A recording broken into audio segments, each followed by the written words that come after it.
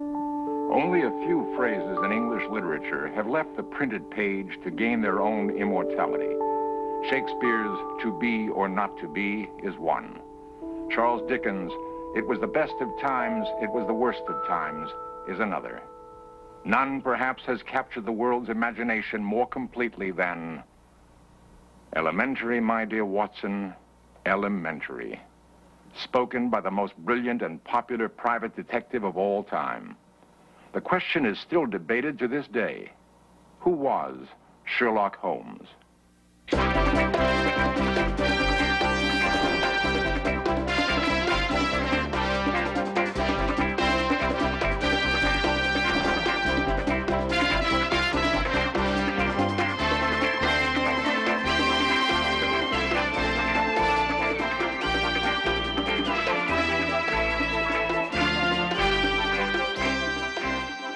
Really, Holmes, there's something positively inhuman about you at times. My dear Watson, I never allow my judgment to be biased by personal qualities. While it is common knowledge that Conan Doyle wrote the adventures of Sherlock Holmes, many readers were and still are convinced that this unique detective actually existed. Did he?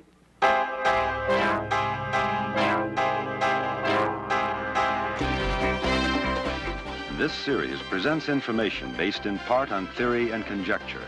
The producer's purpose is to suggest some possible explanations, but not necessarily the only ones, to the mysteries we will examine.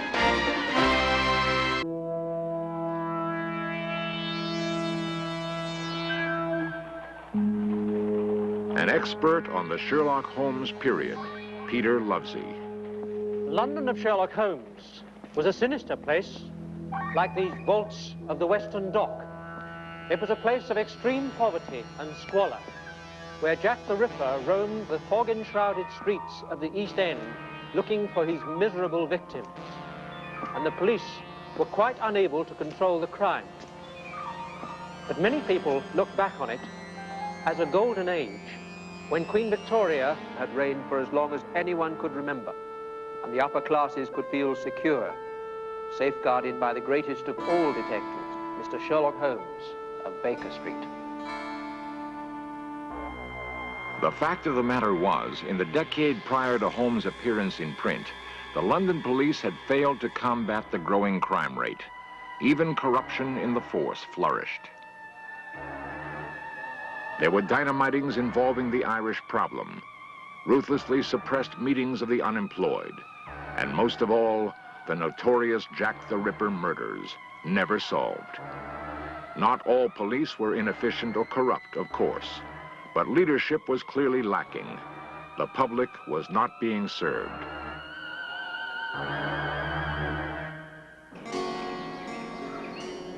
The birth of Sherlock Holmes as a public figure is documented in a rare collection owned by Stanley Mackenzie. The big cornerstone of any Sherlock Holmes collection, and which is the envy of most collectors, is Beeton's Christmas Annual for 1887. In this, A Study in Scarlet was first published. This was the first appearance of the first Sherlock Holmes story. Conan Doyle was paid £25 for the copyright, and he never received another penny. Sherlock Holmes's reputation was enhanced by a play about him written by an American actor, William Gillette. This poster shows Gillette himself in the gas chamber scene in the play.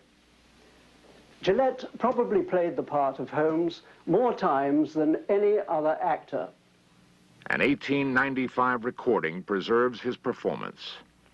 How the deuce did you know my wife was away? Marvelous, marvelous. Elementary, my dear fellow, elementary.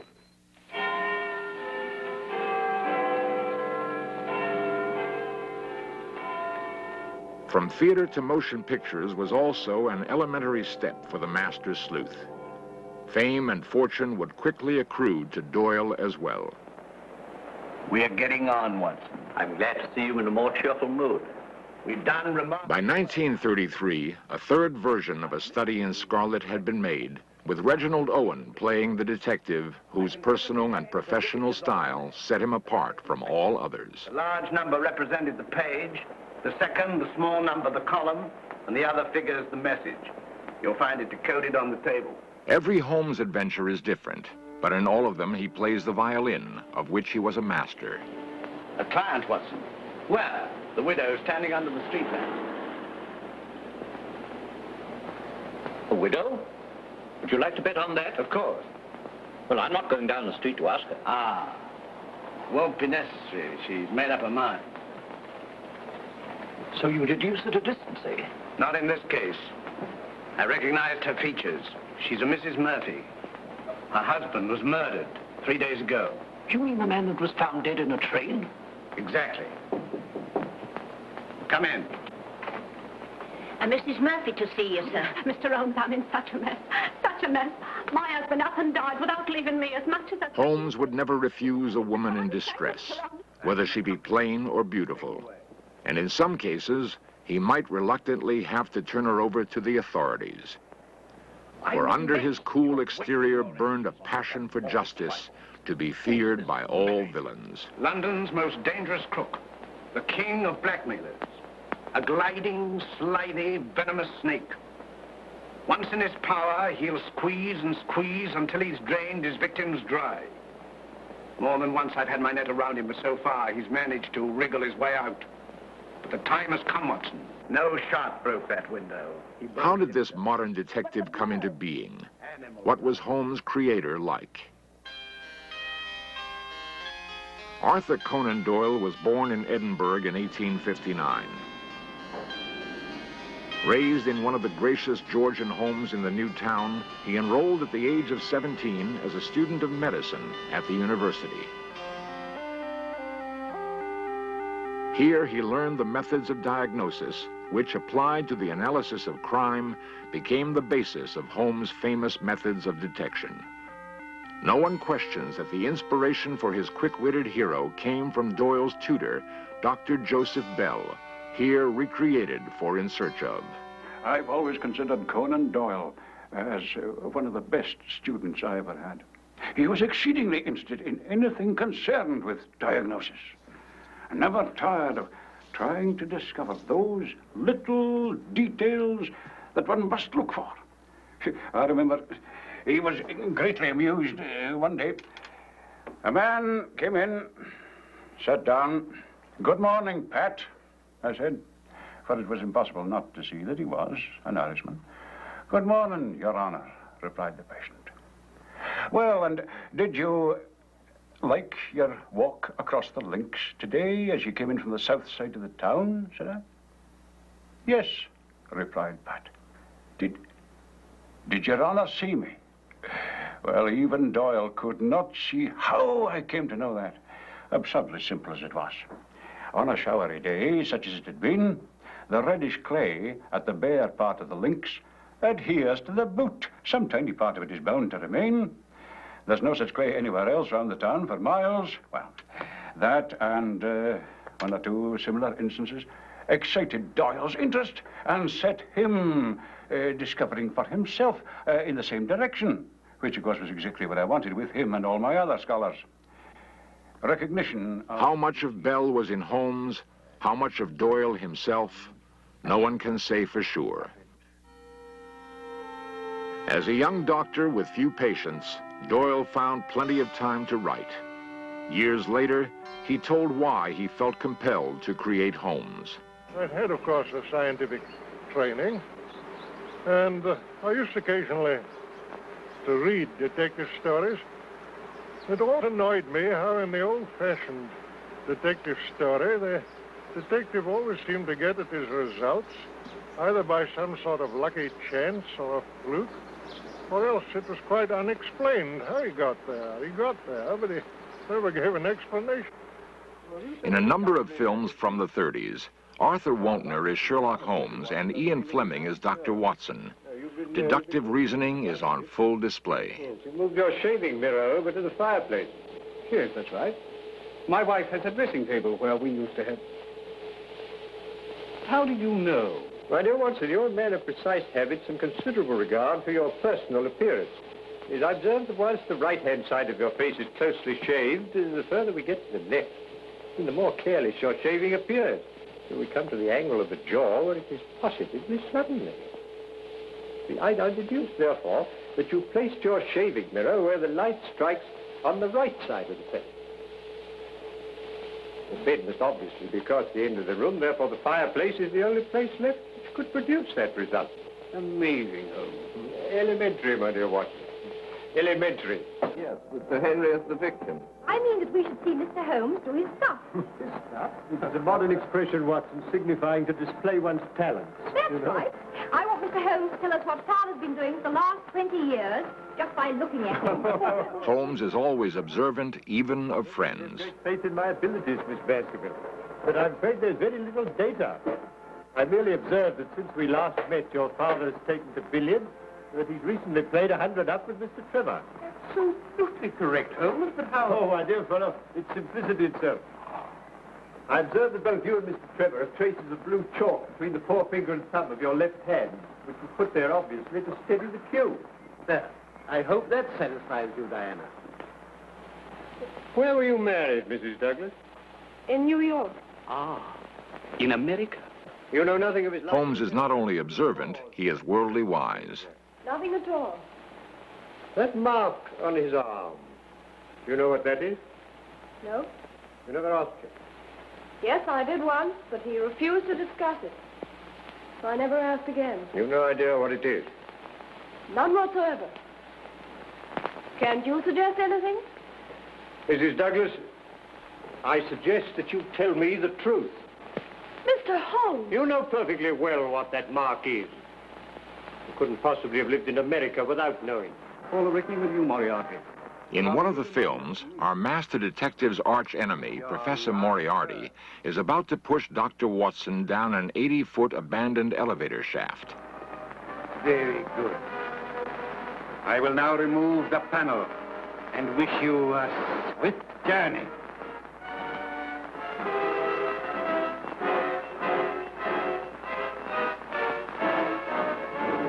Don't move, any of you. Huh? Except you, my dear Watson, who I'm sure will be more comfortable with us. You must excuse me for trespassing on your private property. I've had the lift put in order again. You clever... No compliments, please. I arrest you, Robert Moriarty. On what charge? Being concerned in the murder of the stable boy, Edward Hunter. Well, it's the most amazing case we've ever solved, Holmes. Elementary, my dear Watson. Elementary. Most criminologists of today will tip their hats in gratitude to the legacy of Holmes and his creator. In fact, a member of the Sherlock Holmes Society is an official of Scotland Yard, Philip Dalton. Mr. Dalton kindly consented to escort us to a very special, exclusive place. Behind a pub, on an obscure street near Trafalgar Square, the Society has assembled a stirring tribute to the leading detective of all time.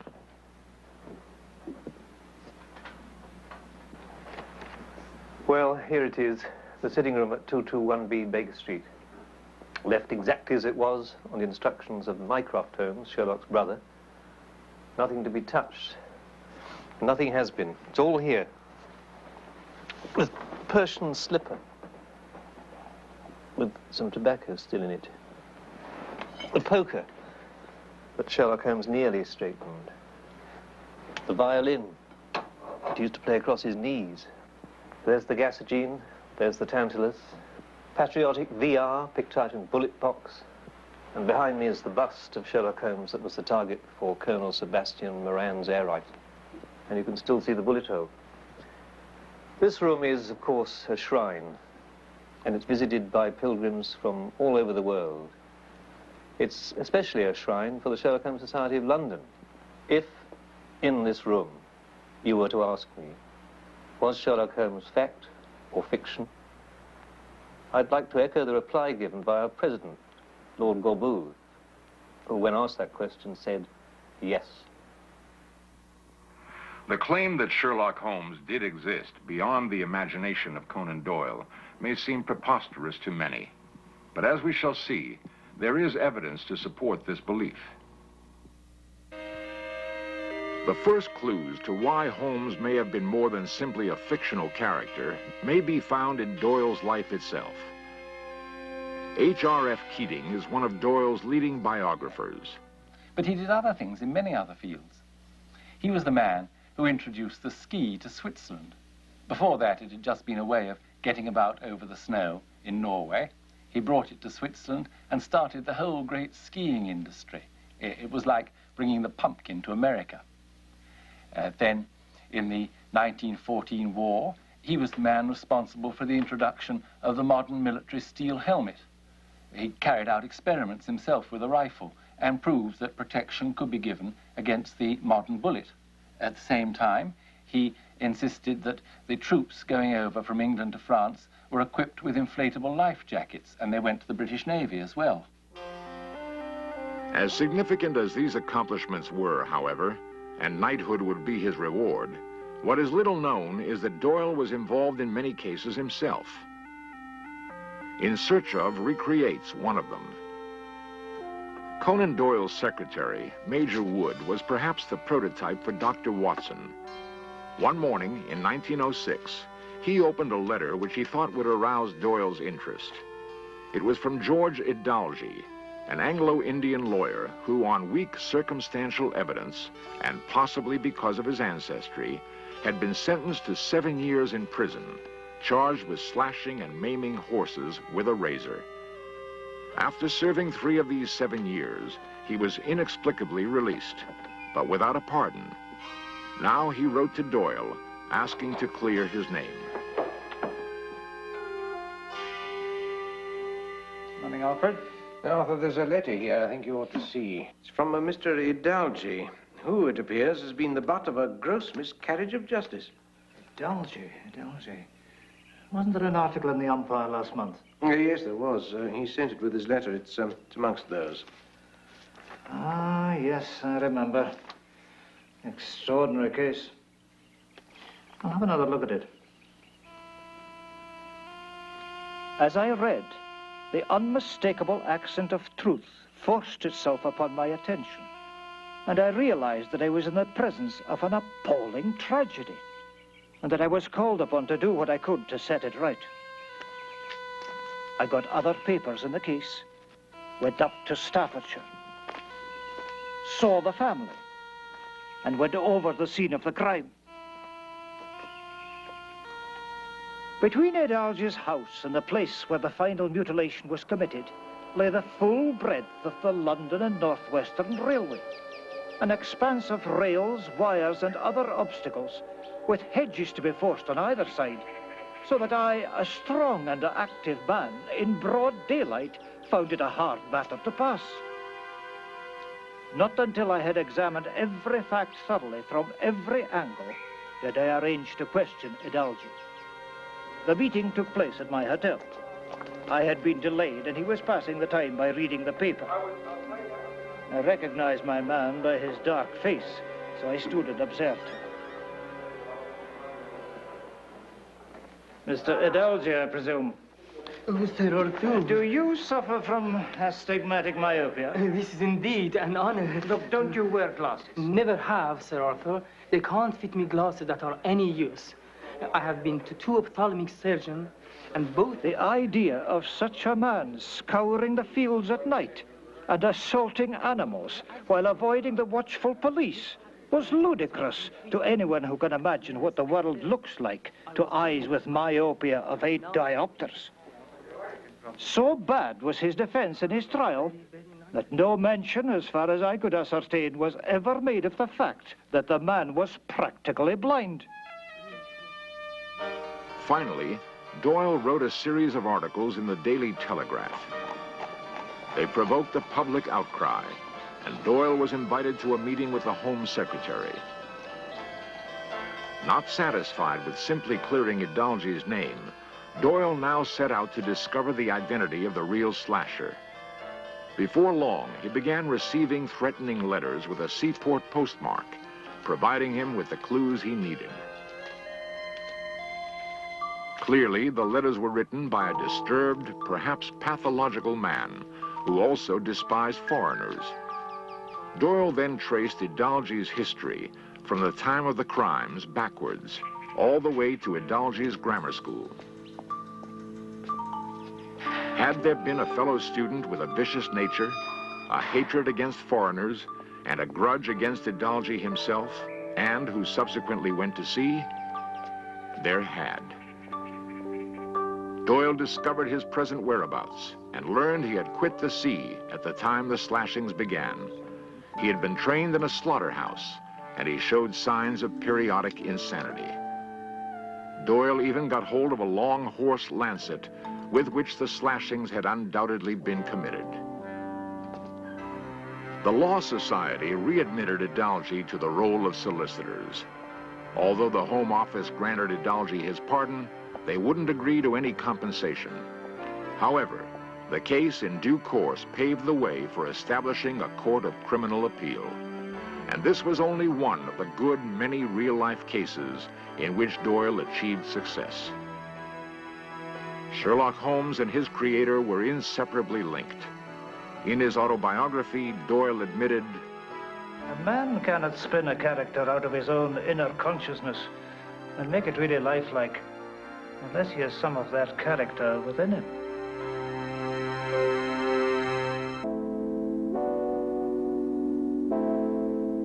The horse-drawn carriages of 1895 may have disappeared, but the living presence of Sherlock Holmes of Baker Street persists to this day. Nearly 100 years after A Study in Scarlet, letters still come into that address at 221B Baker Street, now the offices of an insurance company who reply on Sherlock Holmes' behalf. And this one's from San Diego, California. It's addressed to Mr. Sherlock Holmes or Dr. John Watson, MD. For those who believe Sherlock Holmes was only a figment of a writer's imagination, In Search Of humbly submits its deduction that he did, in a very real way, exist.